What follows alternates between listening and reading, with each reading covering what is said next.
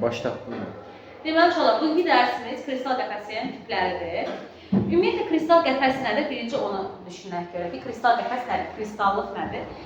Belə bir şey düşünməyinizi istəyirəm. Məsələn uşaqlar, bir dənə şüşədir, şüşəni qırsaq, şüşəni qırdıq. Sizdə keçən bir gün bu lazım. Şüşəni qırsaq, eyni ölçüdə parçalanlar o, hərəsi ürəyi istədiyi kimi qırılardı, elə deyil, düz deyirəm. Amma məsələn, tutalım ki, bir gəldi belə əsr. Hamısı eyni nöqtə olacaq, düzdürmü uşaqlar? Maddələrin də için belə düşünək. Yəni, nə tər düşünün uşaqlar maddələrin içini? Yəni, düşünün ki, bəzi maddələr var ki, içinə belə baxırlar, çox belə qəşəng görsənir. Yəni, nə tər sistemlidir, normal qayda qanuna uyğunla düzülür, belə qarışıq deyil. Nə tər? Tutalım ki, məsələn, bu sinifdə partalar var, 4 sıra parta düzmüşəm, stullarım var, müəllim stulu var, səliqəli belə deyilmi?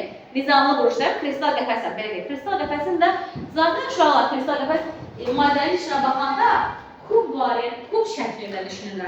Maddənin molekullarına baxırlar, görürlər içərisində kublardır. Kublarda o düyün nöqtələri var, ucu nöqtələri, düyün nöqtələrində. Məsələn, görürlər ki, nizamla molekul yerləşib, atom yerləşib, bir də iyonlar yerləşib. Yəni, nizam, intizam var. Amma bəzilərdə var ki, düşünün ki, mən partanın ürəyi istəyən kimi, birində bir stol var, birində 3 stol var. Belə qarışıq düzmüşəm. İçərisi də maddələrin elədir. Məsələn, tutan, kristal quruluşlu maddələr, yəni nizamlı maddələrin düyün nöqtələrində kub kimi düşünək, molekulun içini. Düyün nöqtələrində nizamla yerləşir. Müsbət iyon, mənfi iyon. Məsələn, mənfi iyon, müsbət iyon, nizam yerləşir. H2 molekulu, H2 molekulu. Bir də dəmir atomu, dəmir atomu. Nizamla molekullar yerləşir. Amma amorf maddələrdə isə nədir? Nizam yoxdur. Deməli, bizim bu maddələrimiz düzülüşünə görə nizamlı və nizamsız düzülüş olur. Nizamlı düzülən maddələr kristal maddələr dedik. Nizamsız isə amorf dedik. Deyə bilərsiniz ki, H2 dedik, müəllim, H2 kristal deyil, qaz halındadır da, düzdürmü? Deməli, bunların bərk formasından söhbət edəcək. Yaxşı mı? Yəni, bərk formasının molekuluna baxaqlar. Məsələn, hidrogen qazdır, onu bərk eləyiblər. Yəni, belə deyək ki, bunlar kristal qəfəs yaradırlarsa, bərk formasında yaranacaq. Qazlarda, yəni, normalda kristal qəfəs yaranacaq. Yəni, kristal sözü onsuz da bərklik demək olduğunu hamı bilir də. Deməli, maddəmiz nizamlı və nizamsız yerləşdi. Nizamlı yerləşənlərə nə dedik, uşaqlar? Kristal maddələr. Nizamsız yerləşənlərə isə amorf. Normal görsənirəm buradan. Amorf maddələr dedik. Kristal olan maddələrdə kristal qəfəs yaradırlar. Axı dedim, kristal maddənin içərisində kublar düşür. Çox kublar var. Kubların da düyün nöqtələrində sərgəli şəkildə atomlar və molekullar yerləşəcək. Deməli, kristal maddələr nə yaradacaq? Kristal, uşaqlar. Bura qədər düşür. Gör. Kristal qəfəs yaradacaq. Uşaqlar, kristal... Birdən bura, bu hissə düşür. Amma bura düşür. Tamam. Deməli, uşaqlar, kristal maddələr kristal qəfəs yaratır. Çünki özləri hərəsində kub var, molekul hissələri var idi. Kristal qəfəsdə ya molekulyar olurdu, molekulyar quruluşlu ola bilər uşaqlar qəfəsimiz, ya da qeyri-molekulyar quruluşlu ola bilər.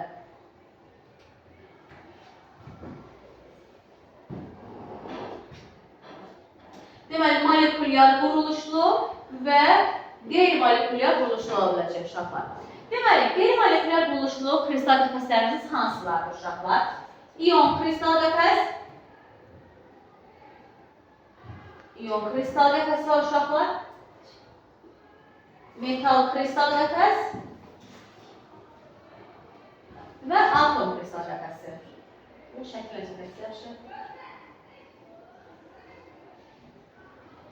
Deməli, molekulyar quruluşlu kristal qəfəsində bir dənə kristal qəfəsi aiddir. Molekul kristal qəfəsi. Deməli, uşaqlar, belə düşünə bilərik də, molekulyar quruluşlu maddələrdə hansı kristal qəfəsi yaratdır? Molekul. Qeyri-molekulyarda digərdir. İyon, metal. Bunlar bizə nəyi çağrışdırır? Biz bunlar nəyə keçmişdik? Rabitələrin keçmişdik uşaqlar. Eyni zamanda bu da belə. Mən maddələri da ezbərlətməyəcəm. İyon kristal qəfəsi deyəcəm ki, hansı rabitəli maddələr əmələ gətirəcək uşaqlar? İyon rabitəli maddələr yazır. Yadımıza salsaq, iyon rabitələrinin nə arasındaydı? Metalla qeyri-metal. İndi bəzi maddələr keçmişdik ya, orada həm iyon, həm kovalent olurdu. Ən azı bir metal, iki fərqli qeyri-metal olurdu, düzdürmü? Bu tip maddələrdə də əgər uzun sözün qısası iyon rabitə varsa, mütləq hansı kristal qəfəs uşaqlar? İyon kristal. Yəni, xüsusən maddə qarışlarına ehtiyac var, maddə ezbərlədilər. Yox. Nə deyirəm? İyon rabitə hansı qəfəs yaradır? İyon. Yəni, düşünün iyon rabitənin verədir də iyon kristal qəfəsi belə düşünün. İçində çox-çox kublar var bir maddənin. Düyün nöqtələr var uşaqlar. Düyün nöqtələrində iyonlar yerləşir. Məsələn, natrium kloru düşünürəm. Natrium müsbət iyonu, xlor mənfi iyonu. Natrium müsbət, xlor mənfi. Fikir verin, sistemli bir şəkildə nizam-intizam var. Sonra ki, metal kristal qəfəsi. Onda hansı rabitə yaradır bu metal kristal qəfəsi? Metal rabitə keçmişlər uşaqlar. Onda metal kristal qəfəsi hansı rabitə yaradır uşaqlar? Metal ərazi. Metal rabitə. Bəli, metal rabitə nələrdə var uşaqlar? Metalların özündə və metalların nələrindədir? Ərimlər. Yəni təkcə metalı harda görsək, burada hansı rabitə var idi? Metal. Bunların heç birini uşaqlar maddəsini əzbərlətmirəm. Bunlarını tapmaq olur da rabitəni artıq bilirik. Bir dənə atomu əzbər bilir uşaqlar. Atom kristal qəfəsi hansılara aiddir? Bor uşaqlar. Fosforun qırmızı və qarası qırqılar. Karbonun 4 dənə allotropik şəkilləşməsi. Almaz. Grafit. Karbon külləri uşaqlar. Bir də silisium, oksid, silisium karbon atomdur. Bakın, bir dənə atom əzbərlədim. Bunu da necə öyrənin? Bor, P-nın qırqısı, BP, qırmızı qara. Bir də C ilə C, C. Olsa karbonla silisium eyni qrupda deyil uşaqlar. Və BP oxşarlar və C ilə silisium atom kristal qəfəsidir. Yəni atom nədir? Onun düyün nöqtələrində atom yaşır. Məsələn, bor atomu. Məsələn, bayaq iyon rabitə belədir də. Müsbət iyon, mənfi iyon var. Burada da atomların özləri yaşır. Bor atomları, karbon atomları. Bir dənə atom kristal qəfəsi verirsə nümunə yazın. Bir dənə bunu əzbərləyirik. Gələk onda bir dənə kovalent rabitə qaldı. Molekul kristal qəfəsi hansı rabitə yaradacaq uşaqlar? Kovalent rabitə nələr arasındakı rabitədir bəs? Qeyri-metalların rabitəsi, düzdürmü? Qeyri-metallar əsasən neçə hərflə yazılırdı? Bir hərflə. Soy, SO2, H2O, H2 soy, bunlar hamısı da molekul kristal qəfəsi. Amma bərk halda kristal qəfəsi yaradırlar. Uşaqlar, bir də bizə nə sual çıxır xüsusən burada? Adi şəraitdə molekul kristal qəfəsi. Adi şəraitdə hansı kristal qəfəs? Molekul kristal qəfəs. Uşaqlar, adi şəraitdə molekul kristal qəfəs o deməkdir ki, bu adi şəraitdə hansı agregat haldadır? Bərk halda olanlar. Biz də bunu necə öyrənirik uşaqlar? Hansılar bizdə adi şəraitdə molekuldur? Bunu X-lə öyrənirəm. Yod, adi şəraitdə bərkdir. Fosfor uşaqlar, bir dənə A fosfor. Fikir verin, qırmızı ilə qaranlıya atmışam atoma. Fosforun eyni zamanda oksidləri də adi şəraitdə bərkdir. Turşuları da adi şəraitdə bərkdir, adi şəraitdə molekul kristal qəfəsi yaradır. Bir də kükür. Deməli, biz sizlə bu sözləri öyrənmişik. Fikir verin. B, P, C, S, C. Bunları öyrənmişik, düzdürmü? Uşaqlar. B, P, C, S, C. Bu söhbətdə bu ilə bir dənə X-i çıxın. Çıxdım uşaqlar X-i.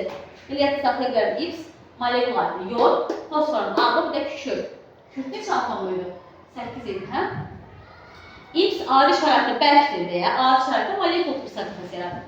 Amma qalan B, P, C ilə silisium uşaqlar, bunlar hansı yaradacaq? Atom kristal qəfəsi. Fosforun sadəcə qırmızı və qarası atomdur. Deməli, kristal qəfəs nə ulaşıyor? Maddələr nizamlı və nizamsız yerləşdi. Nizamlı yerləşən maddələr nə oldu? Kristal maddələr, nizamsız yerləşənlər isə amorf dedik. Kristal maddələr hansı qəfəsi yaratdı uşaqlar? Kristal qəfəsi yaratdı. Kristal qəfəsi molekülər və qeyri-molekülər oldu. Molekülər olanlar adına gördüyü kimi molekul kristal qəfəsidir. Digər kristal qəfəslər molekülər deyil, yəni qeyri-molekülərdir. İyon kristal qəfəs var. İma baxın, iyon, metal və hansı kristal qəfəsidir?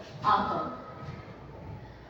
Ya da ki, imma kimi yapın. İyon, metal, molekul, atom. Yəni 4 dənə kristal qəfəs var. Belə də saxlaya bilərsiniz. Hansı kristal qəfəslər var? İyon, metal, molekul, hansı? Atom kristal qəfəslər var. İyon rabitə hansı kristal qəfəsi yaradacaq? İyon kristal qəfəsi, metal rabitə, metal kristal qəfəsi, atomda B-C ilə silisium oldu uşaqlar.